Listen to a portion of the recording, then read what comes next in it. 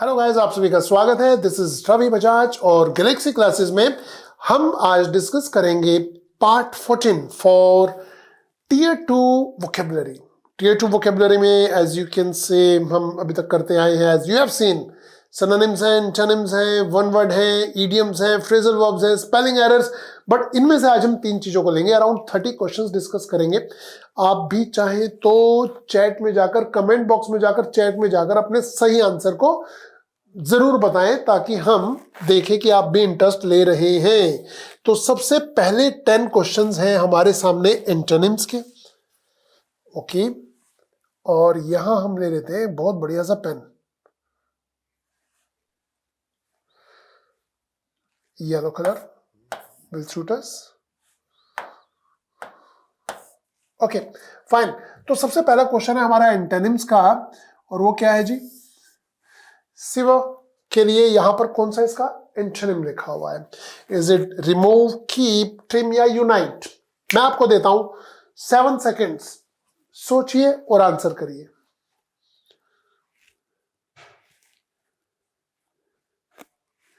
अब शिव का opposite remove नहीं है, कीप बिल्कुल भी नहीं है, ट्रिम तो है नहीं, unite is the correct answer here. Okay, अपना स्कोर लिख लीजिए। आपका स्कोर क्या है? 1 में से 1 या 0? ये रहा करेक्ट आंसर। एंड नाउ टर्नल के लिए यहां पर कौन सा वर्ड लिखा हुआ है जो इसका एंटोनिम है? 5 से 7 सेकेंड। एनुअल है, ओकेजनल है, नॉक्टर्नल है या इरेगुलर है तो एक, ये तो पक्का है। कौन सा? पता लगाइए। Come on, come on. The correct answer is नॉक्टुरल।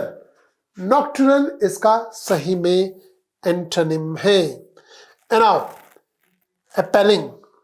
Do you know the meaning of appalling? अगर जानते हैं तो इन चारों में इसका एक एंटोनिम भी है। अलार्मिंग, हॉरिबल, ब्लडलेस या अपीलिंग। वैसे मैं आपको याद दिलाना चाहूंगा, जब आप कर ही रहे हैं, इसका सिनोनिम है हॉरिबल या अलार्मिंग। क्या है? सिनोनिम। बट जो करेक्ट आंसर है वो है अपीलिंग, बिकॉज ये नेगेटिव वर्ड है, ये पॉजिटिव वर्ड है। ठीक है, अपीलिंग। तो देखें जी, अगली स्लाइड पे इसका आंसर क्या लिखा हुआ है? अपीलिंग ही लिखा हुआ है। एंड नाउ वॉल्यूशन, बताइए जी। विलफुल है, डिस्पोजिशन है, वॉयलेंस है या कंपल्शन है? Do you know the meaning of violation? अगर जानते हैं तो जल्दी बता दीजिए।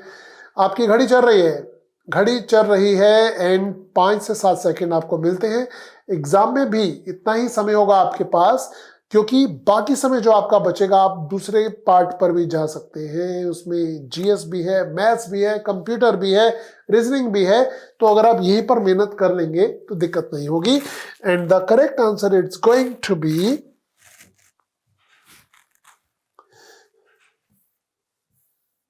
कंपल्शन।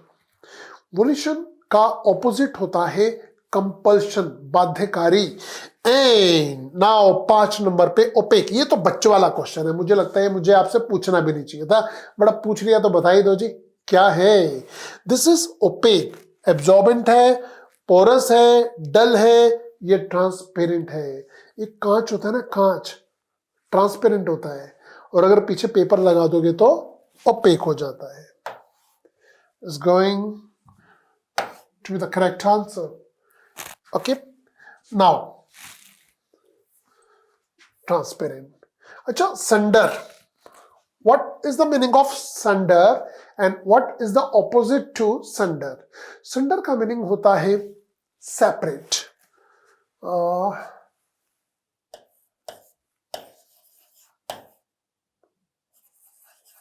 Separate और combine is the correct answer. Combine, जोड़ देना, संडर अलग कर देना। एक वुड कटर ने क्या किया, लकड़ी के टेबल को ये कुल्हाड़ी मारी एक से और उसे संडर कर दिया, into parts. Sunder the wood into parts. और अब हम आ गए हैं आगे, क्वेश्चन नंबर 7 पर रिकवर्ड का ऑपोजिट क्या होगा? लास्ट होगा या लोस्ट होगा? लीस्ट होगा या लेटेस्ट होगा? क्या होगा? होगा तो कोई एक ही होगा, तो क्या होगा? The correct answer is going to be lost. भाई पुलिस ने बहुत सारी चीजों को रिकवर किया है और बहुत सारी चीजें तो लॉस्ट हो गई, तो लॉस्ट बिल्कुल सही एंटोनिम है। एंड नाउ थ्रेटन, आप किसी को थ्रेटन करते हैं तो इसका ऑपोजिट सोचिए जी। कमेंड है, कॉक्स है, कंपीट है या क्रिटिसाइज है? ऑपोजिट बताना है, सिनोनिम नहीं, antonym. So the opposite to threaten is going to be commend. देखिए थ्रेटन के केस में ना मैं आपको एक राय देता हूं, थ्रेटन के लिए आप जो क्रिटिसाइज है इसका कहीं ना कहीं सिनोनिम हो सकता है। कॉक्स का मीनिंग होता है कैजुअल, पटाना मक्खन लगाना, कंपीट कंपटीशन वाला है, तो इसलिए कमेंड आप किसी की तारीफ करते हैं, उसे सराहते हैं, प्रेज करते हैं, तो this is comment. And now 9 restricted, कुछ जगह और कुछ चीजें रिस्ट्रिक्टेड होती हैं तो उसका ऑपोजिट क्या होगा? बार्ड होगा, बैंड होगा, अनबाउंडेड होगा या अनमैन्ड होगा? सोचिए सोचिए सोचिए, आंसर करिए कमेंट बॉक्स में जाकर, चैट बॉक्स में जाइए, कमेंट कीजिए। और कैसे करेंगे? नंबर टाइप कीजिए 9, उसके आगे ए बी सी या D, but the correct answer is going to be unbounded, जो बाउंड नहीं है, जो बाध्यकारी नहीं है, क्योंकि अगर अन ना लगा होता तो बाउंडेड तो इसका हो जाता, बैंड का और रिस्ट्रिक्टेड का सिनोनिम, बार्ड भी इसी का ही सिनोनिम होता है, ठीक है, बट अन तो लगा हुआ है तो इसलिए ये हो जाता है bounded. And now last question for antonym is compromise. Treated है, अग्रीमेंट है, डिसेंट है या डिस्टर्बेंस है? भाई आप कंप्रोमाइज कर रहे हैं यानी कि वो ट्रीटी अग्रीमेंट आपने साइन किया है, बट इसका जो ऑपोजिट है, आपके 7 से 10 सेकंड हो चुके हैं जी, दिस इज डिसेंट। डिसेंट का ऑपोजिट एक और वर्ड हो सकता है, वो हो सकता है कॉन्सेंट। कॉन्सेंट का मीनिंग होता है अपनी स्वीकृति देना, डिसेंट इसका ऑपोजिट हो जाता है। ओके, नाउ आपसे पूछ सकते हैं 10 में से आपका स्कोर क्या है? जानते हैं तो बता दीजिए। और अब हम बढ़ रहे हैं आगे अगले पार्ट पर। 11 to 20 questions are for synonyms. तो आपको बताना है गाइस, कंटेमिनेटिंग का यहां पर कौन सा सिनोनिम लिखा हुआ है, देखिए और बताइए। Contaminating, investing, containing, polluting, encompassing. ठीक है, कंटेमिनेटिंग का मीनिंग होता है उसे गंदा कर देना, कंटेमिनेटेड क्वालिटी होती है, कंटेमिनेटेड वाटर भी होता है, तो इसके लिए polluting is the right synonym here. Okay, अब आ गए हम आगे एंड वी डूइंग इज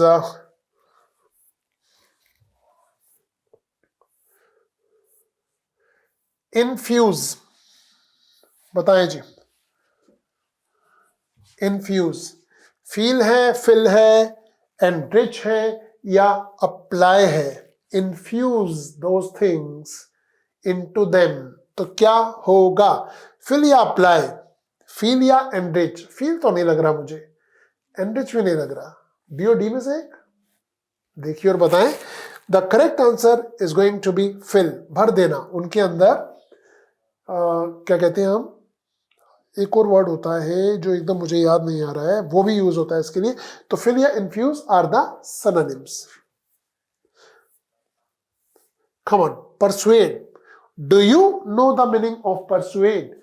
अगर आप जानते हैं तो यहां इन चारों में से किसका एंटोनिम भी लिखा हुआ है और एक सिनोनिम भी। मैं कहता हूं दोनों ही बताओ, चलो बताइए। परसुएड, मिसलीड तो नहीं होता। The correct answer is convince करना। किसी को आप परसुएट करते हैं, कन्विंस करते हैं, कंपेल करते हैं, इंपेल करते हैं, फोर्स करते हैं, पुश करते हैं, but this word is the antonym. Convince is the correct answer, जो कि है इसका सिनोनिम। ठीक है, नाउ कन्विंस। और अब आगे इनडिस्टिंग्विशेबल। डिस्टिंग्विश तो याद ही होगा, सुना होगा, तो बताइए जी, प्रोफाउंड है, इक्विवेलेंट है, कंपेरेबल है या रिफ्लेक्टिव है? एक है। मैं आपको इस क्वेश्चन के लिए 8 सेकंड दे रहा हूं, सोचिए। You have got 8 seconds now and the correct answer is equivalent. क्यों? क्योंकि ये इनडिस्टिंग्विशेबल है। अगर आप इसमें इन ना लगाते तो ये हो जाता डिस्टिंग्विशेबल, ठीक है, फिर हो जाता कंपेरेबल, बट अभी क्या है, इक्विवेलेंट, क्योंकि इन तो लगा ही नहीं हुआ है इसमें, तो ये हो गया इसका सही आंसर। नाउ 15 नंबर पे आ गए हम, डिस्सन। बताइए जी, डिस्क्रिमिनेट है, कंट्रोल है, रेगुलेट है या एनालाइज है? डिस्सन, ये वर्ड जुड़ा हुआ है कहीं ना कहीं भेदभाव से, डिसर्निंग बनता है इससे। Yes you are right, it's discriminate is the correct answer.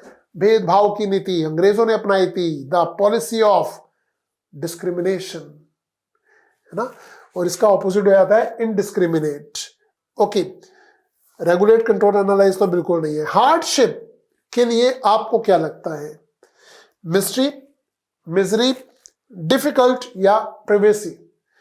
चारों में से एक सही, 3 गलत, बाकी 3 तो इसके नजदीक भी नहीं है। तो हार्डशिप यानी कि प्राइवेशन, इसे हम क्या बोलेंगे? प्राइवेशन।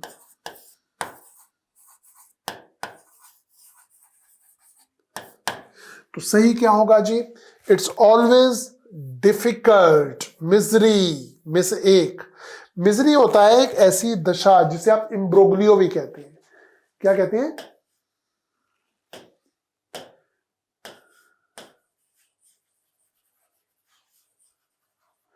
इम्ब्रोग्लियो, मिजरी, प्राइवेशन, और ये है आपके सही आंसर। यहां पर हमसे पूछा गया था हार्डशिप, मुश्किलें। कॉन्ट्रावेन, कॉन्ट्रावेन, कॉन्ट्रावेन, फ्लॉन्ट है, ब्रेक है, ब्रॉच है या ब्रीच है? Come on guys, come on. The correct answer is breach. Breach of contract होता है, breach of contract, breach is the correct answer. And now if I ask you, a very simple word is exasperating. What is the meaning of exasperating? This is exalting, exhausting, saddening या frustrating.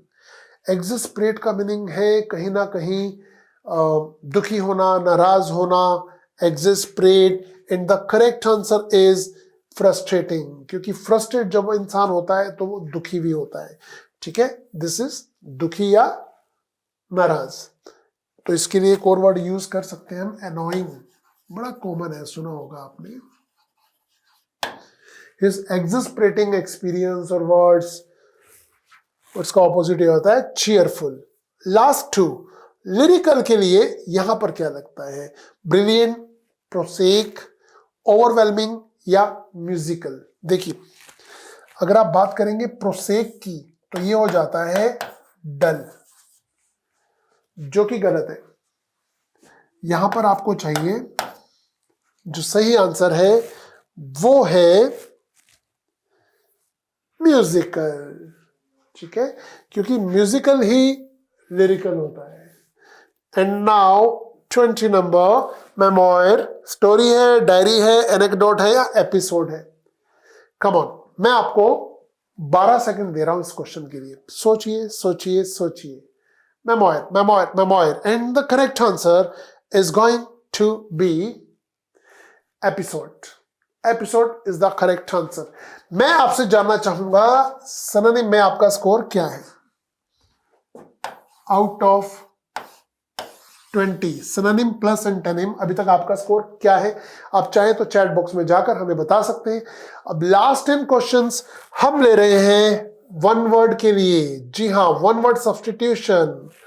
इसमें आप देखेंगे 10 question हमें मिलने वाले हैं one word substitution में। तो सबसे पहला क्वेश्चन है, अ group of lions is called herd, pack, pride या कॉलोनी? सोच के बताइए, बड़ा सिंपल है जी, बड़ा सिंपल है, बट बताएंगे आप। A group of lions is called herd, pack, pride या colony? And the correct answer is going to be pride. Pride है इसका correct answer. Now a group of stars that makes a pattern, stars का ग्रुप जो एक pattern बना देता है, is called planet, horizon, constellation या कॉमेट? कॉमेट तो धूमकेतु होता है, सो करेक्ट आंसर होना चाहिए, it's constellation is the correct answer. Constellation. One who does not care for art or literature is called what? Plagiarist, pessimist, philatelist या philistine? जो रिवाज तोड़ने वाला होता है, जो आइकोनोक्लास्ट होता है, हम यहां पर बात कर रहे हैं आइकोनोक्लास्ट की भी।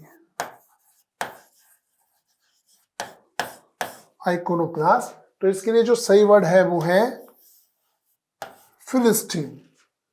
Philistine. Who does not care of the culture or system is called Philistine. तो Philistine is the correct answer. बचे हुए 7 question. Governed by the nobles is called what? It's oligarchy, democracy तो बिल्कुल नहीं है, aristocracy या monarchy? देखिए, democracy होता है प्रजातंत्र, वो तो नहीं है, मोनार्की भी नहीं है। आपका आंसर या ए है या बी है? जल्दी जल्दी टाइप करिए, जल्दी टाइप करिए। क्वेश्चन नंबर 24 टाइप करिए और उसके आगे ए बी में से एक बता दीजिए। The correct answer is going to be aristocracy. The government by the nobleman is called aristocracy, okay? And an imaginary ideal society is called what? Ultimate, flawless, model या यूटोपिया? आपको याद होगा मैंने क्लास में पढ़ाया था, उटोपिया, यूटोपिया। एक imaginary world होता है, वो होता है यूटोपिया। इसे आप हिंदी में राम राज्य भी बोल सकते हैं, इमेजिनरी वर्ल्ड भी बोल सकते हैं, utopia. A very large impressive residence is called what? Mansion, cabin, igloo या कॉटेज? इंप्रेसिव रेजिडेंस है, इंप्रेसिव रेजिडेंस, तो उसे बोलते हैं mansion is the correct answer. Mansion is going to be the correct answer. Now a place where gambling games are played, भाई India में तो सिर्फ गोवा में है, या फिर लोग जाते हैं नेपाल काठमांडू में, क्योंकि वहां पर है कैसीनो, जुआ खाना। A place where gambling games are played is called casino. Now 28, a doctor who treats skin disease, त्वचा का विशेषज्ञ क्या होता है? कार्डियोलॉजिस्ट, ऑप्थेल्मोलॉजिस्ट, ऑर्थोडोंटिस्ट या dermatologist? The correct answer is going to be dermatologist. Drum से याद रख लो, ड्रम में जाता है, डर्मेटोलॉजिस्ट है ये, okay? Last 2 questions guys. A close fitting cover for a sword, जिसमें आप तलवार को रखते हैं, उसे हिंदी में कहते हैं मयान, उसे इंग्लिश में क्या कहते हैं? क्विवर, शैंग, शैत या डैगर? मैं आपको बताना चाहूंगा, डैगर तो हो गया खंजर, और क्विवर हो गया तरकश, तीर जिसमें रखे जाते हैं, राजा महाराजा अपने पीछे लगाते हैं, वो होता है क्विवर। बट आपका जो सही आंसर है वो है शैत। तलवार को जिसमें रखा जाता है वो होती है जो यहां पर लगाते हुए साइड पे, राजा महाराजा यूं निकालते हैं तलवार, उसे शैत कहते हैं। तो शैत इज द करेक्ट आंसर। और आज का लास्ट क्वेश्चन ये रहा। The science concern with the properties of sound is called what? Geology तो नहीं है, एक्रोबेटिक्स तो बाजीगर टाइप होता है, ये दो तो नहीं है। अकाउस्टिक्स होगा या पेडागोगी होगा? पेडागोगी का मीनिंग होता है टीचिंग, तो हमारा जो सही आंसर है वो है अकाउस्टिक्स। अकाउस्टिक्स इज द करेक्ट आंसर। अब आपसे हम पूछ सकते हैं कि 30 में से आपका स्कोर क्या है जी?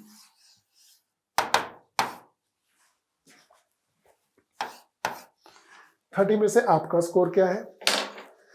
तो चलिए जी, आप अपना स्कोर हमें बता दीजिए। और क्योंकि ये क्लास हम कर रहे हैं CGL Tier 2 के लिए, तो उस पॉइंट ऑफ व्यू से अगर आप रिकॉर्डिंग क्लास भी देख रहे हैं तो मैं आपको राय दूंगा, अपना स्कोर हमें जरूर बताइए। हमें एक अंदाजा हो जाता है कि एक एवरेज स्टूडेंट क्या स्कोर कर रहा है, कहाँ कहाँ उसे और आवश्यकता है, किस तरह के क्वेश्चन हम और आपके सामने लाएं, आप किस तरह के क्वेश्चन आगे चाहते हैं, इजी, मॉडरेट या डिफिकल्ट, ये भी हमें कमेंट में बता दीजिए। अब हम मिलेंगे कल एट द सेम टाइम इसी यूट्यूब चैनल पर, यही मेरे साथ इसी समय, परंतु क्वेश्चन होंगे कुछ अलग से।